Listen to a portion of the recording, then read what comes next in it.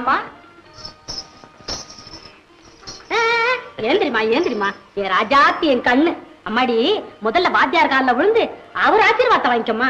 பெத்தவங்களை முதல்ல கும்பிட்டதுக்கு அப்புறம் தான் வித்தகத்து கொடுத்தவங்கிட்ட ஆசீர்வாதம் வாங்கணும். பேஷ். மோகனா புத்திசாலி பொண்ணு இல்ல, சொன்னாலும் ஒரு வார்த்தை சுத்தமா இருக்கும். ஐயோ சுத்தத்திலையும் சுத்தம், படு சுத்தம். ஆமா ஆமா பரவாயில்ல பரவாயில்ல. தீர்க்காய்த்தா நல்லபடியா அமோகமா ஆனந்தமா இருக்கணும். அம்மா உன்னாலே நாங்கள்லாம் உயர்வடையணும், அவ்வளவுதான் எனக்கு சொல்ல தெரியும். இந்த பாரு மோகனா, இந்த அழகர் கோவில் உற்சவத்திலேயே உன்னுடைய நாட்டியத்தை பத்தி தான் எல்லாரும் பேசிக்கணும். என்ன ஏம்மா நேரமாகல, புறப்பட வேண்டாம். மோகனா ஒரு இடத்துல கச்சேரிக்கு ஒப்புக்கொண்டோம்னா 5 நிமிஷம் தாமதமா போனா கூட பரவாயில்லம்மா. முன்னேரத்தையே போய் சும்மா உட்கார்ந்து கூடாது. அந்த நேரத்துக்கு போகணும், உடனே ஆட்டத்தை ஆரம்பிக்கணும். அப்பதான் மதிப்புமா. வீணா இங்க பேசிட்டு இருக்கிறதுக்கு அங்க போய் இருக்க கூடாதம்மா. இப்ப முதல்ல மண்டபத்துல நாதஸ்வர கச்சேரி நடக்க போகுதுமா. அது முடிஞ்சதுக்கு அப்புறம் தானே நாம போகணும். அம்மா இன்னைக்கு யாருடைய நாதஸ்வர கச்சேரி? என்னம்மா அது உனக்கு தெரியாதா? சிக்கல் தம்பி சண்முக சுந்தரம் தான் வாசிக்க போகுது. இருக்கிறதுலே அதுதானே பெரிய மேளம். என்னது சிக்கல் தம்பியா? ஆமாம்மா, சிக்கல் ஊரு, சண்முக சுந்தரம் பேரு. ஓஹோ, ஊரு பேரு சிக்கலா? பேர் வழியும் கொஞ்சம் சிக்கலானவர் தான். என்னம்மா சொல்ற? அந்த சண்முக சுந்தரம் தம்பி இருக்குதே, அதனுடைய வாசிப்பனமும் ரொம்பவும் பிரமாதமா தான் இருக்கும். ஆனா அதே அளவு பிடிவாத குணமும் நிறைஞ்சு இருக்கும் உன்ன மாதிரி. அம்மா நல்ல தொழில் உள்ளவங்க கிட்டயே அப்படி ஒரு குணம் இருக்கிறது சகஜம் தானே. ஆமா நட்டுவனாரியா, நாதசுரக்காரருக்கு தவுல் வாசிக்கிறது யாரு? அவங்க எல்லாம் தான் செட்டா இருக்கிறாங்களே. சண்முக சுந்தரம் கூட தங்கரத்னம் தம்பி நாதஸ்வரம் வாசிக்குது. கோடையிடி சக்திவேலன்ன ஒரு தவுல், கலியுக நந்தி முத்ரா கண்ணே இன்னொரு தவுல்.